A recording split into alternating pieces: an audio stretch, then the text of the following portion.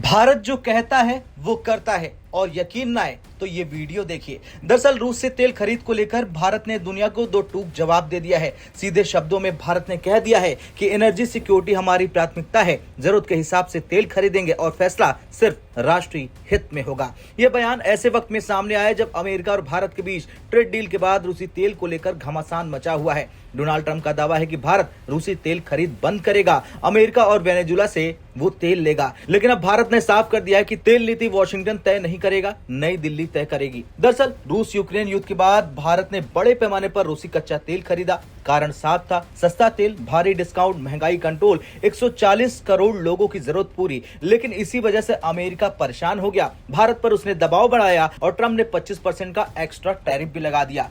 अब जब India US trade deal हुई तो सवाल उठने लगे, क्या भारत रूसी तेल खरीद बंद करेगा? क्या अमेरिका ने कोई शर्त रखी? क्या भारत ट्रंप की बात मान लेगा? इन्हीं सब सवालों पर अब भारत के विदेश मंत्रालय ने स्थिति साफ कर दी है। एमईए के प्रवक्ता रणधीर जायसवाल ने कहा कि 140 करोड़ भारतीयों की ऊर्जा सुरक्षा सुनिश्चित करना हमारी सरकार की सबसे बड़ी प्राथमिकता है। उन्होंने आगे कहा, बाजार की स्थितियों और बदलती अंतर्राष्ट्रीय परिस्थितियों के हिसाब से भारत अपनी ऊर्जा खरीद में विविधता लाता है। और सबसे अहम लाइन, भारत अपनी जरूरत के हिसाब से दुनिया के किसी भी देश से तेल खरीद सकता है। ये फैसला राष्ट्रीय हित में लिया गया है। यानी संदेश साफ है, रूस हो, अमेरिका हो या वेनेजुला, भारत किसी के दबाव में नहीं चलेगा। अब ट्रंप का दावा क्या था? ट्रंप का दावा था कि भारत $500 बिलियन का अमेरिकी सामान खरीदेगा, भारत वेनेजुला और अमेरिका से तेल लेगा, रूस से दूरी बनाएगा। लेकिन भारत ने किसी देश का नाम नहीं लिया, किसी प्रतिबद्धता को स्वीकार नहीं किया, बस एक ही बात कही, एनर्जी सिक्योरिटी फर्स्ट। यही भारत की कूटनीति है, ना हां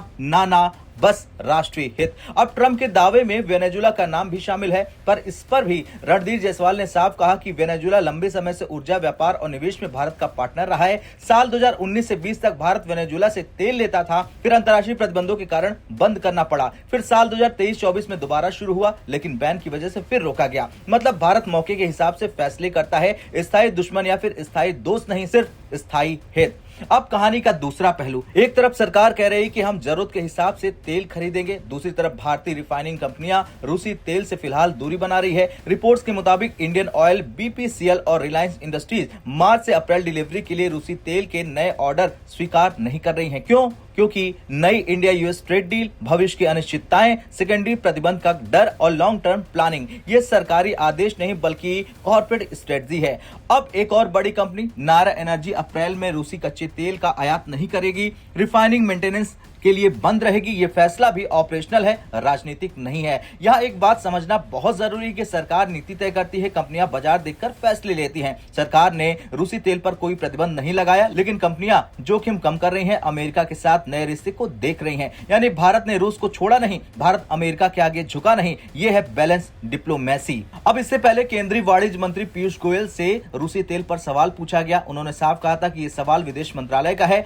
आज वही जवाब आ गया। मतलब ट्रेड डील अलग है, एनर्जी पॉलिसी अलग है, दोनों को मिक्स नहीं किया जा सकता है। भारत का संदेश अब ग्लोबल है, हम अमेरिका के दोस्त हैं, रूस के भी पक्के यार हैं, लेकिन किसी के गुट में नहीं है। खैर, भारत ये नहीं कह रहा है कि वो रूसी तेल बंद करेगा, भारत ने ये भी नहीं कहा कि वो अमेरिका का तेल नहीं खरीदेगा। भारत ने सिर्फ यही कहा है कि 140 करोड़ लोगों की ऊर्जा सुरक्षा सर्वोपरि है और यही एक जिम्मेदार, आत्मनिर्भर और उभरती हुई महाशक्ति की पहचान होती है। अंत में मेरा आपसे सवाल है, क्या भारत सही कदम उठा रहा है? क्या एनर्जी पॉलिसी को राजनीति से अलग रखना चाहिए? हाँ या ना में कमेंट कर अपनी राय जरूर दें।